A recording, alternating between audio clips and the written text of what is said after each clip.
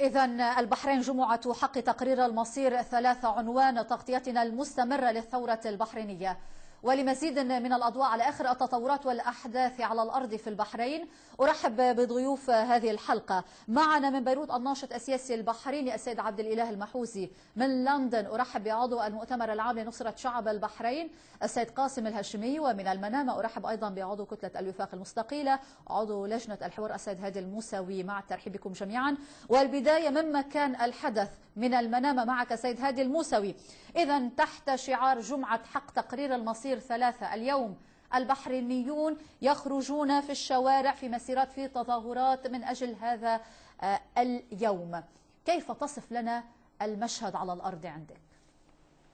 بسم الله الرحمن الرحيم. مرحب بكم وبمشاهديكم الكرام وبالضيفين العزيزين. فيما يتعلق بالحركة الشعبية التي اختلفت وتيرتها عما كانت عليه في شهر فبراير الماضي ومارس، وذلك بعد أن عملت في هذه الحركة آلة عسكرية وانتهاكا لحقهم في التجمع والاعتصام والاحتجاج وممارسة الحق السياسي والمدني. نعم. فقد أخذت منحا آخر وهو بشكل أسبوعي عدا ما يكون بشكل متفرق في كل ليلة أو في كل يوم بعد العصر في المناطق بشكل متفرق. هناك دعوات تدعو لها الفعاليات السياسية. هناك شباب 14 دعوا إلى اعتصام في منطقة سترة اليوم، وكذلك هناك أيضا دعوة من جمعية الوفاق الوطني الإسلامية للاعتصام والتجمع في منطقة البلاد القديم. وهي صورة تدلل على أن كل محاولات السلطة للالتفاف على ما كان الناس يطالبون به بكل صراحة ووضوح لن يجدي نفعا إذا لم تكن واضحة في التعاطي مع هذه الرؤى أو الحركة الشعبية التي تحتاج بالفعل لتفهم ولشجاعة رسمية للتعاطي معها عبر وسائل حضارية. إذن سيد هادي الموسوي، مسيرات الشعب البحريني اليوم في يوم جمعة تقرير المصير 3 هي للرد على التفاف السلطة والنظام الخليفي على مطالب الشعب المحقة. ابقى معي لو سمحت بالانتقال إلى بيروت. معك سيد عبد الإله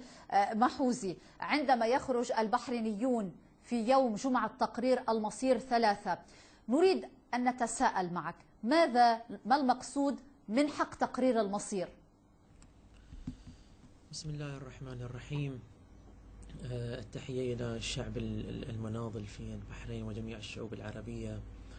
حق تقرير المصير الذي نادى به ائتلاف شباب 14 فبراير هذا طبعا في البداية هو حق أصيل كل الشعوب تسنده المعاهدات الدولية كمعاهدة الحقوق السياسية والمدنية التي وقعت عليها البحرين في 2006. هذا التقرير المصيري يتعلق بتقرير المركز السياسي و فيما يتعلق ايضا بالحقوق الاقتصاديه والاجتماعيه والثقافيه التي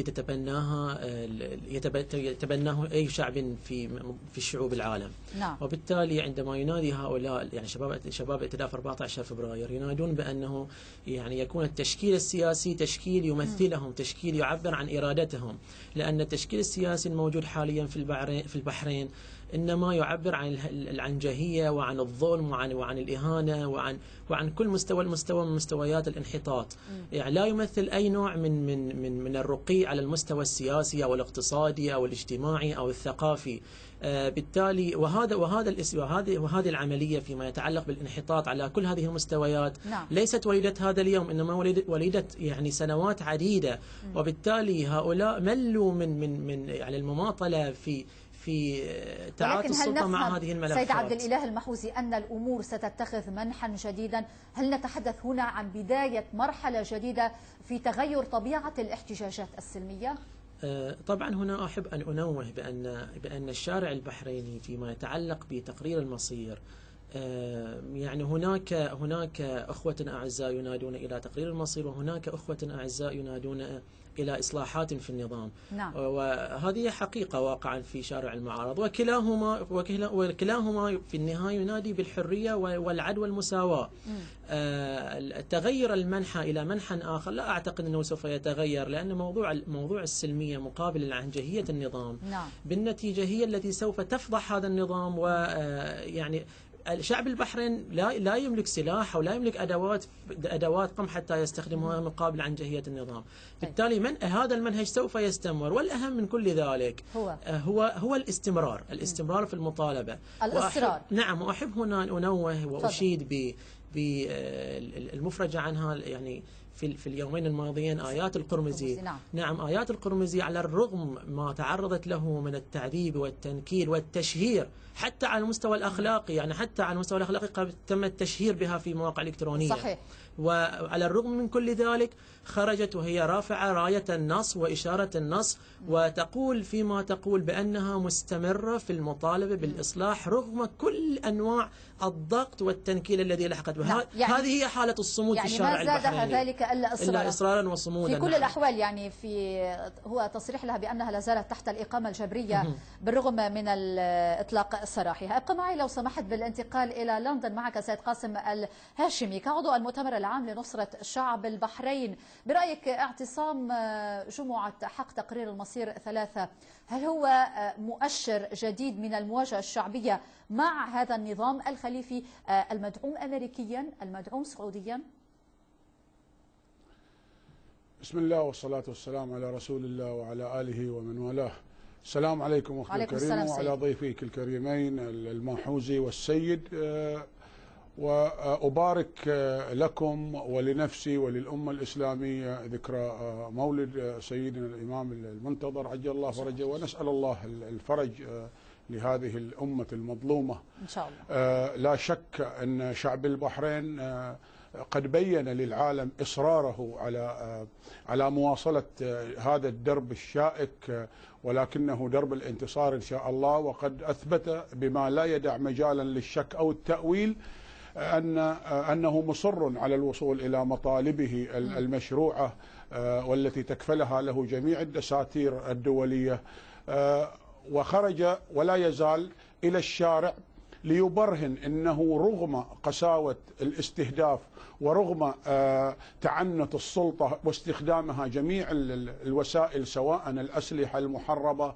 أو الأساليب السياسية الملتوية أو الاعتقالات والسجون والتشريد والمطاردة وغيرها من هذه الأساليب القمعية، لم تجدي هذا النظام نفعا في إسكات هذا الشعب الثائر المطالب بحقوقه. نعم. وفي نفس الوقت لم تنفعه أمام الرأي العام العالمي، وما كان يراهن عليه من استمرار لهذا الوضع. والوقت قد فشلت سياسة هذه الحكومة وفشلت السياسة القمعية، وبالتالي يعني نحن نعتبر أن هذا انتصار حقيقي لهذه الأمة، انتصار حقيقي لهذه المطالب. نعم. هذا الصمود وهذا الثبات رغم كل هذا هو الانتصار الذي نؤكد عليه اليوم أنه انتصار حقيقي لا يمكن الجدل فيه. ويعني ونقول لأهلنا وجماعتنا في البحرين يعني هذا هو صمودكم، استمروا عليه. لقد قربت ساعة النصر، لم يعد نصركم ويوم نصركم ببعيد، فقد حان النصر وبدأنا نقطف ثماره. الآن العالم الخارجي يصطف معنا، يعني دولة تلو دولة ونظاما تلو نظام ومؤسسة تلو مؤسسة، وهكذا نصنع النصر. هذا الالتحام يعني الموجود اليوم في الشارع تحتاج إلى وقت وصبر وإصرار من هذا الشعب البحريني. ابقى معي وليس وقت طويل، طيب. يعني هو قرب إن شاء الله. إن شاء الله. طيب ابقى معي لو سمحت بالعودة إليك سيد هادي الموسوي لأستفيد من وجودك معنا اليوم. من المتوقع أن تقيم جمعية الوفاق مهرجانا بكل صراحة، هل سيتم الإعلان فيه عن الانسحاب النهائي لجمعية الوفاق من جلسات الحوار الوطني التي أطلقها الملك البحريني؟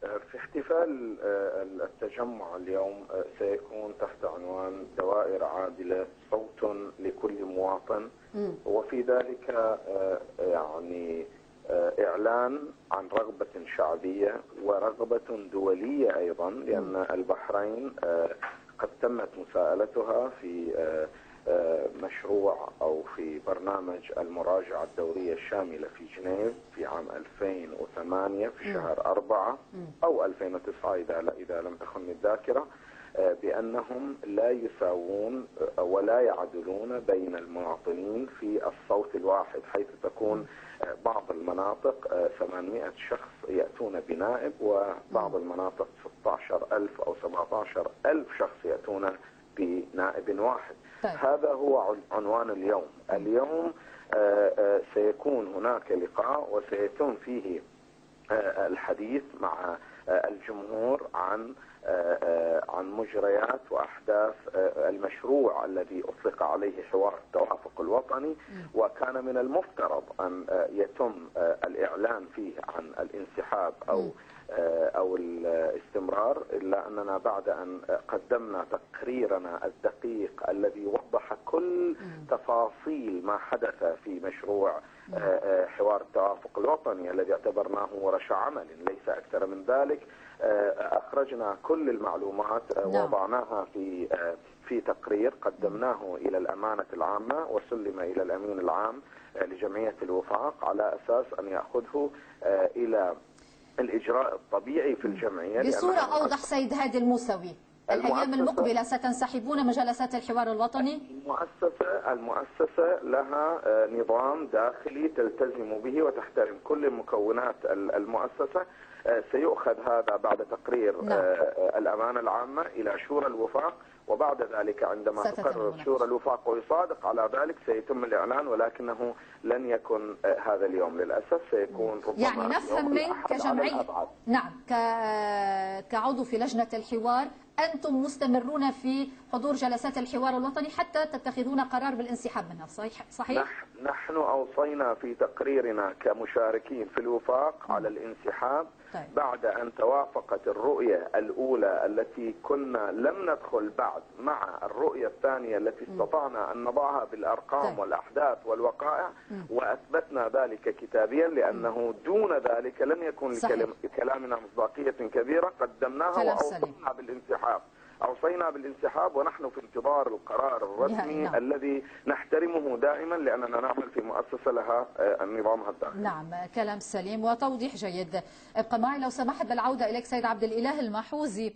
يعني مقابل انطلاق جلسات الحوار الوطني على وقع القمع الأمني، بالأمس ولي العهد دعا للتفاؤل في هذا الحوار، داعيا الجميع إلى انتهاج مبدأ الشمولية والتفاؤل. هذا الكلام كان بالأمس الخميس خلال استقباله قائد القوات المركزية الأمريكية والقائم بأعمال سفير الولايات المتحدة الأمريكية. هذا الكلام هو لإرضاء الشعب البحريني أم لإرضاء السيد الأمريكي؟ قبل الإجابة أضيف على ما ذكرت أيضا عبارة إلى عمه العزيز. تفضل. يقول بأن الجميع يعيشون على أرض البحرين وهم يتمتعون بحرية التعبير والانفتاح. إذا ضمينا الكلامين مع بعض يعني نقول بأن هذه السلطة طبعا لا زالت تستمر في موضوع الكذب والدجل ومحاولة قلب الصورة أمام الرأي العام العالمي والمحلي. والسيد الأمريكي ليس بحاجة إلى أن يتم قلب الصورة أمامه. هو الطرف الأول المسؤول عن كل ما يجري في البحرين. في تصريح إلى قائد القوات المركزية عندما اجتمع مع الملك قبل يوم أو يومين، أشاد بما قام به الملك، وأشاد بتهيئة الأمور والأجواء إلى الحوار، وأشاد بأيضا لجنة تقصي الحقائق. بالتالي هذه التصريحات يعني إشادة بين أهل البيت الواحد فقط. نعم، بين الأب وابنه. الأب هو السيد الأمريكي والأبناء هؤلاء الأقزام. هذه الإشادة تعطينا أكثر من بعد. أولا عندما يشيد السيد الأمريكي بشيء فهذا الأمر يدعو إلينا كمعارضة أن نتوقف، لأن هؤلاء الأمريكان تاريخهم أسود ومواقفهم سوداء، وعندما يدعمون الشيء فيجب عليك أن تتوقف وتضع مليون علامة استفهام. نعم. ودعمهم إلى تقصي الحقائق، ودعمهم إلى هذا الحوار يعني المهزوم المذل المخزي، هذا الموضوع يجعلنا أن نتوقف وأن نراجع أنفسنا فيما يتعلق بهذه الأمور. أما فيما يتعلق أيضا في موضوع الحوار، لأقول لك ولأقول للعالم، اسمعي هذه المرئيتان. تفضل. المرئيتان العبقريتان التي أعتقد أنه لم تخطر حتى على بال أسر الشهداء، بأن من المرئيات التي تم طرحها في مؤتمر الحوار الوطني العظيم أنه يتم النظر في فتح مصنع للنظارات في البحرين، وأيضا موضوع ضمان السيارات الجديدة.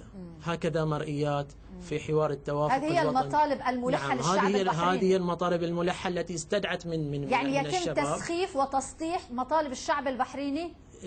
ليس فقط تسخيف، إنما هم يعني يعتقدون بأن الشعب البحريني شعب غبي لا يفهم لا يعي لا يدرك الأمور، لكن نقول لهم هذه الألاعيب يعني اعتاد عليها شعب البحرين، فهمها شعب البحرين، وهذه إنما تعكس عقولكم وثقافتكم وذهنيتكم الذهنية البلهاء الغبية التي لا زالت تعيش في القرون الوسطى. أما نحن الشعب شعب متحضر راقي يعي الأمور ويفهم الأمور، ونحن نعلم أننا نعيش في 2011 وليس قبل 230 عام. طيب، بالانتقال إلى لندن معك سيد قاسم الهاشمي، على أي أساس يصرح ولي العهد البحريني بأن هذا الحوار يدعو إلى التفاؤل، يدعو إلى انتهاج مبدأ الشمولية؟ وفي هذا الإطار يعني الظهراني يقول الحوار الوطني سيتم التعامل معه بالشفافية، ورئيس الوزراء يثني ويقول مكاسب هذا الحوار هي كبيرة جدا. يعني عن أي مكاسب يتحدث؟ الحقيقة أنا أتصور لم نرى شيئا الآن على أرض الواقع.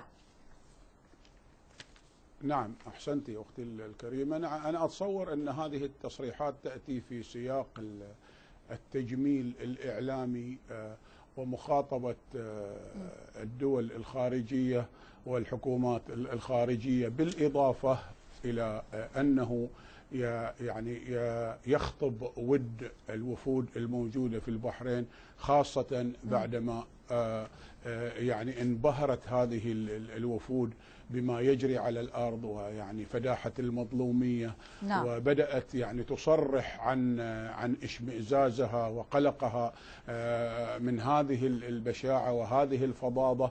فهذا الخطاب يعني يتهيأ لي أنه يخطب ود هؤلاء، أنه بعدما صدمتم تعالوا نقربكم، يعني نتقرب منكم ونقول لكم أنه يعني بما معناه هناك أخطاء، لكن القيادة هي رشيدة، القيادة متفهمة، القيادة في البلد يعني منفتحة، فأوصلوا مطالبكم إلينا ونحن نعالجها. هذا الخطاب يعني الذي يحاول أن يستعطف الخارج وأن يرضي الوفود الزائرة.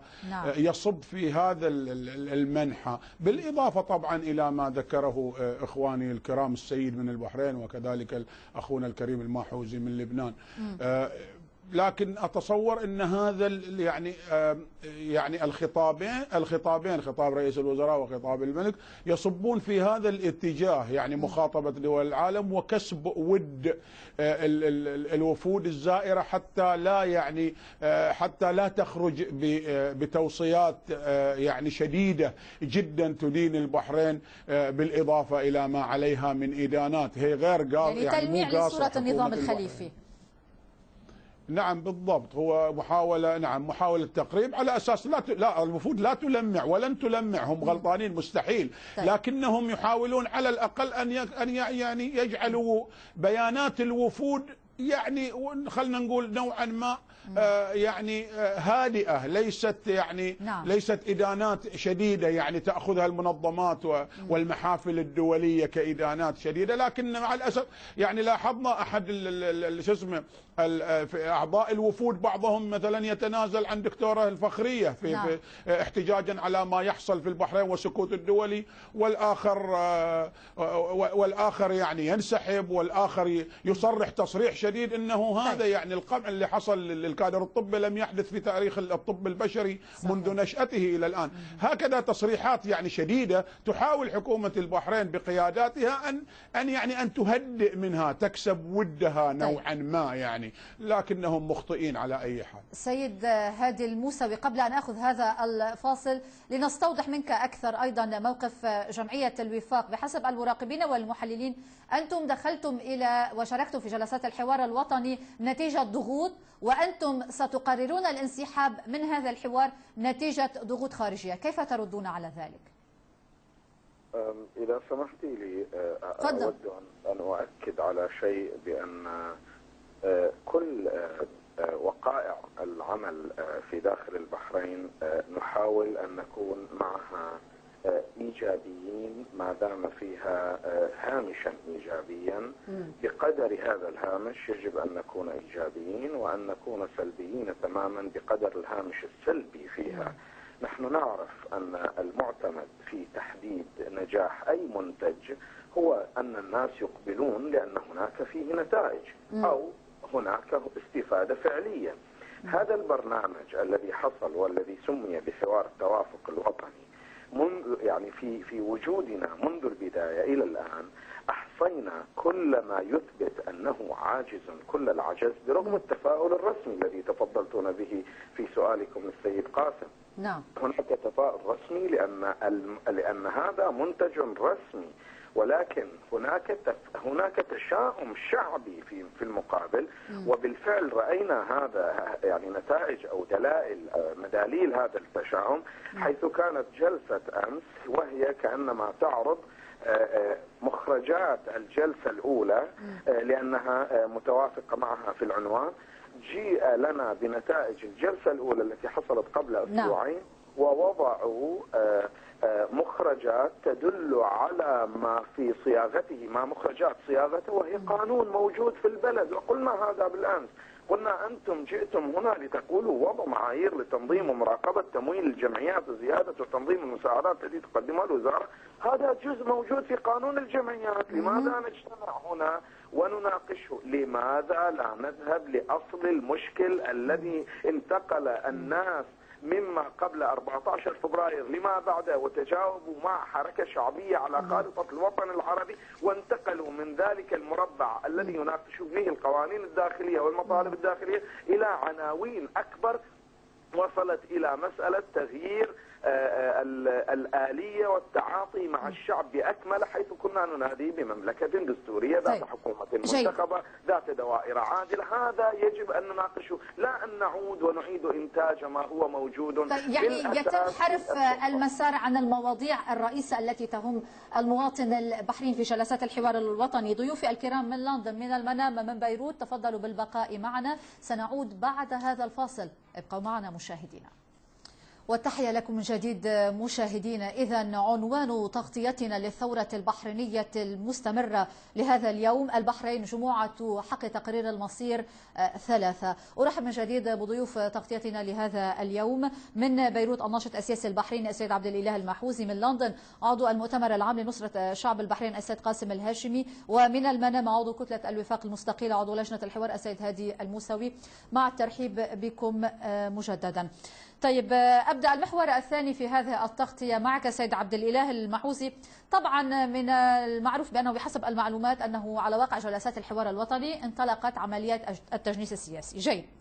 اليوم أو الأمس أتصور مدير إدارة الجنسية عيسى التركي قال التجنيس هو ادعاءات والشائعات وأمر يحكمه الدستور، هو غير مرتبط بأي أمور سياسية. نفى كل تجنيس سياسي حاصل بالنسبة لقبائل السعودية بالنسبة لبدون الكويت، يعني لا من قريب ولا من بعيد نفى هذه المعلومات، خصوصا التي وردت كما أسلف في صحيفة الدار الكويتية. تفضل.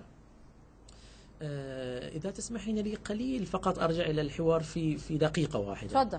وزيرة التنمية الاجتماعية والتي حاليا تقوم يعني رئاسة وزارة الصحة، والتي هي أيضا في نفسها الوزيرة المسؤولة عن مسألة حقوق الإنسان في البحرين، يعني هي ترأس 3 وزارات واقعا حاليا هذه الوزيرة. ربما أيضا ممكن أن تدخل في يعني موسوعة الأرقام القياسية. نعم. هذه الوزيرة تقول في مؤتمر الحوار الوطني: اسمعي هنا المهزلة. يعني لا أعلم كيف يتحمل الأخوة واقعا الجلوس أمام هكذا هراء. يعني السيد هادي الموسوي أوضح لنا بالتفصيل فقط منذ أيام ما حدث في جلسات الحوار الوطني. لا فقط هذه الإشارة. تقول أنه عندما أصبحت هناك وزارة لحقوق الإنسان في البحرين، ملف حقوق الإنسان في البحرين يعتبر بيرفكت تماما ولا توجد فيه أي مشكلة. كيف يعني تم إعلان انتهاء موضوع حقوق الإنسان في البحرين وأنه مكتمل بالكامل ولا توجد أي مشكلة بإعلان وزارة حقوق الإنسان في البحرين. كيف توصلت إلى هذه النتيجة؟ بالعبقرية. بالعبقرية، نعم. في موضوع التجنيس هذا النظام لا أعلم متى قال شيء يعني وصدق في كلامه. أطلق أنه سوف يتم إرجاع المفصولين في خلال 10 أيام مثلا. صحيح. أنا أريد أن يعني أقوي المنطق في هذا الجانب. في 10 أيام انتهت 10 أيام وسوف تأتي 10 أيام و100 يوم و300 يوم وهكذا. ولكن يؤخذ قبل أن ننتقل لمناقشة نقطة التجنيس السياسي معك سيد عبد الإله المحوزي أن النظام الخليفي قد أفرج عن المعتقلين، وبحسب بعض المراقبين هذه خطوة وبادرة حسن نية من قبله. هذه المعتقلين التي تم الإفراج عنهم، طبعا هناك العديد لا زالوا موجودين في السجون. صحيح. نعم. وعملية إطلاق المعتقلين لمغازلة الشارع، هذه العملية اعتاد عليها شباب البحرين في التسعينات. مثلا في التسعينات تم إطلاق الرموز السياسية في 95 بعد 4 أشهر فقط. 4 أشهر كان إطلاق هؤلاء المعتقلين لتهدئة الشارع وعمل حل سياسي مع المعارضة. طيب. بعد 4 أشهر تم اعتقالهم بالجميع إلى السجن وزجهم في السجن. هذا النظام، هذه المراوغة يعني اعتاد عليها الناس. وأيضا موضوع الإطلاق المعتقلين من السجون ليس منا. النظام في ورطة لابد أن يقوم بالإطلاق. ليس منة من الملك ولا من أحد. طيب. كان لابد أن يقوم بهذا. في موضوع التجنيس. نعم. في موضوع التجنيس واقعا هي إبادة شعب. التجنيس في البحرين إبادة الشعب، وما يقوله هذا المسؤول أو ذاك ما لا يعدو كونه كذب في كذب.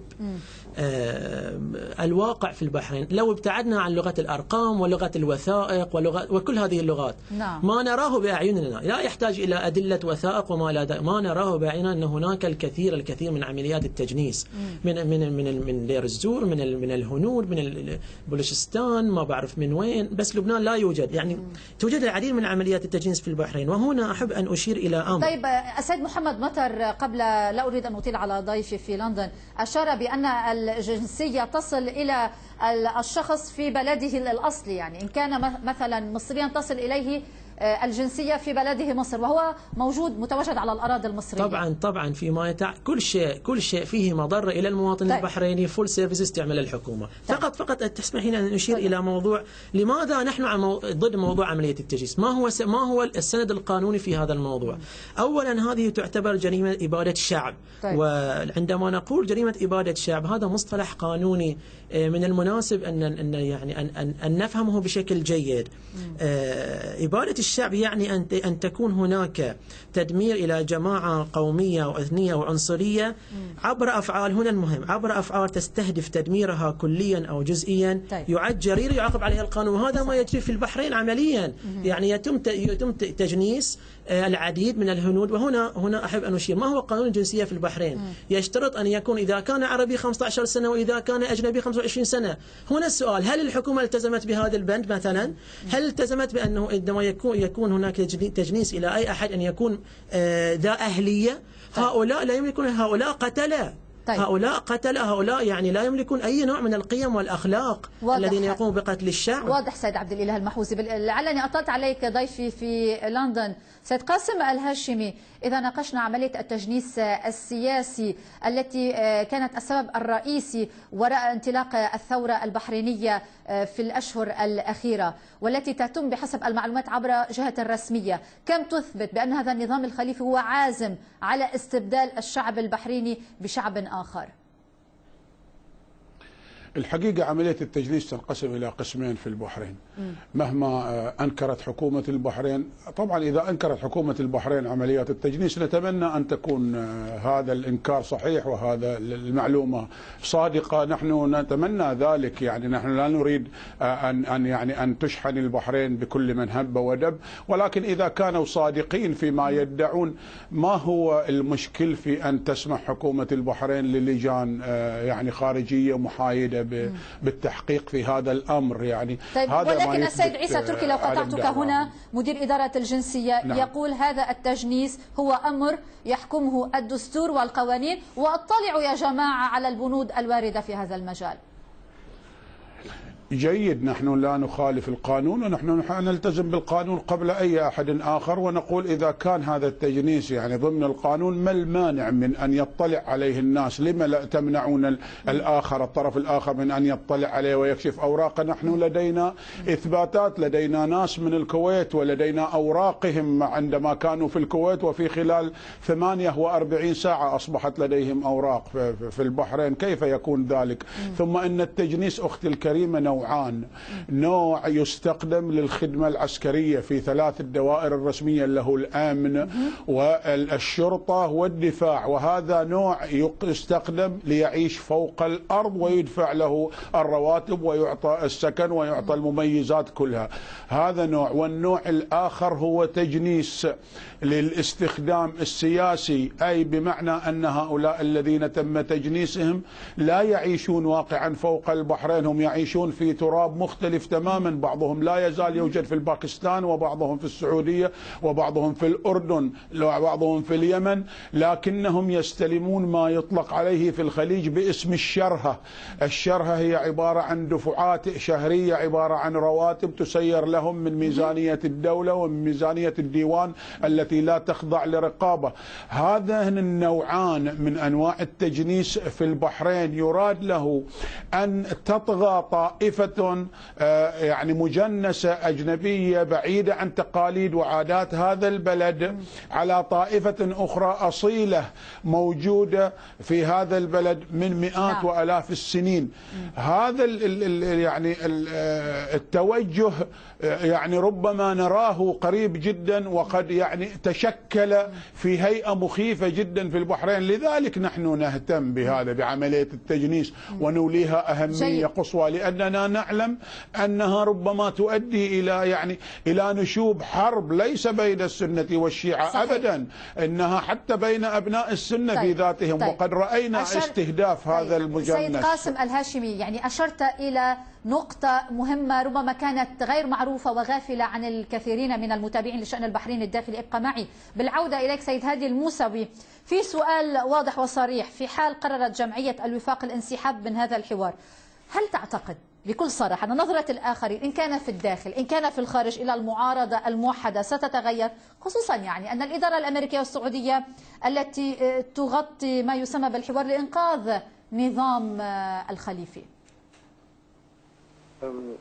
يعني أنا لم أفهم السؤال. نظرة الآخر ستتغير، إذا أمكن توضحين، لأنني أريد في حال قررت جمعية الوفاق. أريد الإجابة فعلا بصراحة، أريد السؤال أيضا واضح. في حال قررت جمعية الوفاق الانسحاب من هذا الحوار، هل تعتقد أن نظرة الآخرين إن كان في الداخل أو الخارج إلى المعارضة الموحدة ستتغير؟ أيوة، واضح جدا. مسألة الانسحاب التي طال الحديث عنها هي كانت مسألة متوقفة على وجود حقائق. نحن أوصينا بالانسحاب. تغير نظرة الطرف الآخر الموجود في الخارج أو الداخل لا تعبر تماما عن الواقع. نحن في الداخل لا يوجد عندنا إشكالية في وحدة الموقف ووحدة الهدف. وهدفنا واضح وموقفنا واحد، وإن تعددت النشاطات وإن تعددت المناهج. في الدنيا، كل الدنيا، إذا أردت أن تعارض لا يمكن أن تقصر جميع البشر أن يأتون معك أو أن تأتون، وإنما عليك أن تقوم بواجبك نحو وطنك. هذه نقطة. النقطة الثانية التي وجدت أن أؤكد عليها هي مسألة وجود العمل الذي تفرضه السلطة على الأرض بأن هناك حوار وطني وسوف يؤدي إلى مخرجات تهدئ الوضع وما إلى ذلك، أثبت ذلك عدم نجاحه بالأرقام وبالوقائع وبما يمكننا أن نجزم بصحته لا أن نتوقعه كما كان قبل ذلك. هناك رأي في الجمعية كان يدعو إلى عدم الدخول، وهناك رأي يدعو للدخول، وهو معبر عن بالضبط عما يحصل في الشارع أيضا، ولكن التوصل لهذه النتيجة أو لتلك النتيجة يعني نابع عن آلية طبيعية نأخذها ونحترمها منذ أن تأسست الجمعية إلى الآن في اتخاذ قراراتها. أود أن أشير هنا إلى مسألة التجنيس. مسألة التجنيس وددت أن أقول أن هناك عدد من التصريحات الرسمية التي تثبت بأن التجنيس يكون وفقا للقانون وبناء على يعني الإجراءات السليمة وما إلى ذلك، ولكننا نقول ومن أرقامهم أيضا أعدت دراسة سيعلن عنها في الأيام القليلة القادمة. أعددنا دراسة رقمية عن وجود تجاوزات في ارتفاع الأرقام للمجنسين بشكل مهول في بلد يتضرر من التجنيس كل مواطن سواء كان مكونا من هذا المذهب أو ذلك المذهب. ولكن السيد عيسى تركي، سيد هادي الموسوي يقول أن كل ما تتفضلون به هو ادعاءات وشائعات غير مستندة إلى أي حقائق. من هذا السيد ماذا؟ مدير إدارة الجنسية السيد عيسى تركي قال عمليات التجنيس التي يقولون عنها هي مجرد ادعاءات وشائعات لا تستند إلى أي حقائق. بالتأكيد سيقول أنها ادعاءات وشائعات لأنه لم يصدر ولم يبرز أي إثبات يعني وثائقي من خلال تقدم من خلال تقدم أفراد للحصول على الجنسية أو رفضهم. أنا في دائرتي يوم أن كنت نائبا أول قضية جاءتني حينما حصلت على مقعد المجلس النيابي، أول قضية شخص ولد في البحرين ويعيش في البحرين ولم يعطى الجنسية منذ أكثر من 30 سنة، محروم منها في حين لأنه ربما من هذا المذهب. ولكن بنجد بالأمس أو قبل أيام جريدة في اليمن وجريدة في دولة الكويت، صحيفة الدار، تقصد صحيفة الدار، صحيفة الدار تشير إلى أن هناك أفراد يعيشون حالة البدون في الكويت وكأنها مشكلة كويتية ودولة مقتدرة بالنسبة إلى دولة البحرين، وتقدم مساعدة سنوية أيضا مالية للبحرين. تقوم البحرين بحل تلك المشكلة وتمنح هؤلاء الأفراد الجنسية. نحن لسنا ضد التجنيس، نحن ضد التجنيس غير القانوني الذي تستند إليه السلطة في تثقيل كفة مقابل كفة، وهذا يعتبر تخلص من شعب أو استبدال شعب بشعب. نحن لسنا عنصريين، نحن لسنا طائفيين. يمكن أن نجنس أي إنسان يحصل على الجنسية بناء على ما قدمه لهذا البلد من خدمات أو ما يفرضه حاله وواقعه وهو موجود في أن. ولكن أيضا قبل أن ننتقل السيد عبد الإله المحوزي، السيد عيسى تركي يقول التجنيس السياسي راجعوا يا جماعة، هو أمر يحكمه الدستور والقوانين واطلعوا على البنود الواردة فيه. هذا الكلام أي حينما يقول نحن نطلع على البنود ونحن نطالب بالالتزام بالبنود. نحن لسنا عندنا مشكلة في القانون الموجود، ولكن مشكلتنا في تطبيقه. لا توجد شفافية، لا يعني نسمع يعني أنا أريد أن أتكلم عن التضخم غير الاعتيادي، يعني أرقام مهولة وبشكل دراماتيكي تزداد عدد المجنسين من الجنسيات سواء كانت الآسيوية أو العربية، والجنسيات العربية يأتون هنا فقط ليكونوا جزءا من الأجهزة الأمنية الأربعة، سواء كان جهاز الجيش أو الأمن الوطني أو الحرس الوطني أو الأمن. يعني نتحدث هنا عن مخطط واضح ومؤكد من قبل النظام الخليفي لاستبدال الشعب البحريني بشعب آخر. ابقى معي لو سمحت. تفضل. هو استبدال شعب بشعب، وهذا خطير جدا فعلا خطير. يحاسب عليها حتى القانون الدولي. يعني نحن لا نرفض التجنيس لأننا عنصريون، نحن مع التجنيس إذا لكن ضمن القوانين والضوابط. القانون أيوة قائم على القانون والضوابط والقوانين، وأن لا يستثني من يستحق، لأنه القانون أحيانا لا يطبق على من يستحق التجنيس ممن هو ولد على أرض البحرين ودفن آباؤه في البحرين. طيب، معلومات جديرة بالاطلاع عليها أشرت إليه سيد هادي الموسوي. بالعودة إلى بيروت معك سيد عبد الإله المحوزي، الملك البحريني أشار عندما أطلق جلسات الحوار الوطني بأن كل الخيارات مطروحة ومتاحة. اليوم بعد استمرار مسلسل القمع الأمني وبالأمس تم هدم مسجد في النويدرات، البعض رأى أن مهزلة الحوار قد شرفت على نهايتها، خصوصا مع توقعات كما أسلف السيد هادي الموسوي ربما باتخاذ قرار بالانسحاب من هذا الحوار. هل فعلا أشرف هذا الحوار على نهايته؟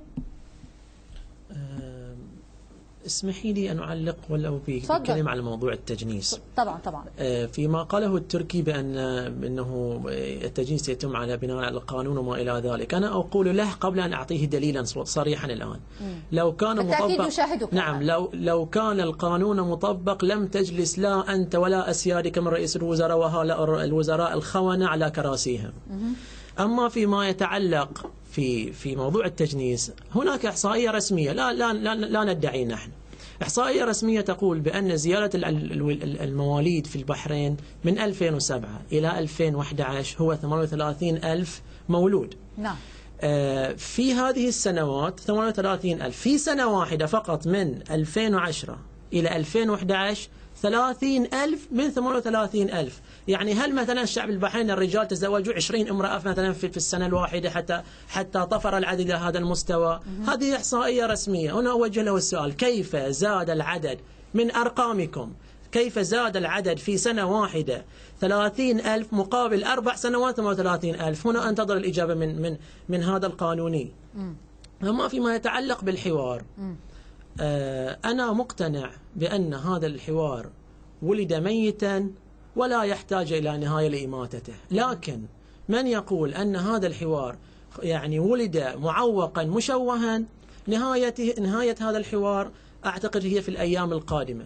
وأؤكد عندما نقول أن هذا الحوار ولد ميتا، أؤكد كيف لي أن أقتنع بحوار أن تذهب مرئيات هذا الحوار إلى الملك والملك يحولها إلى المؤسسات الدستورية؟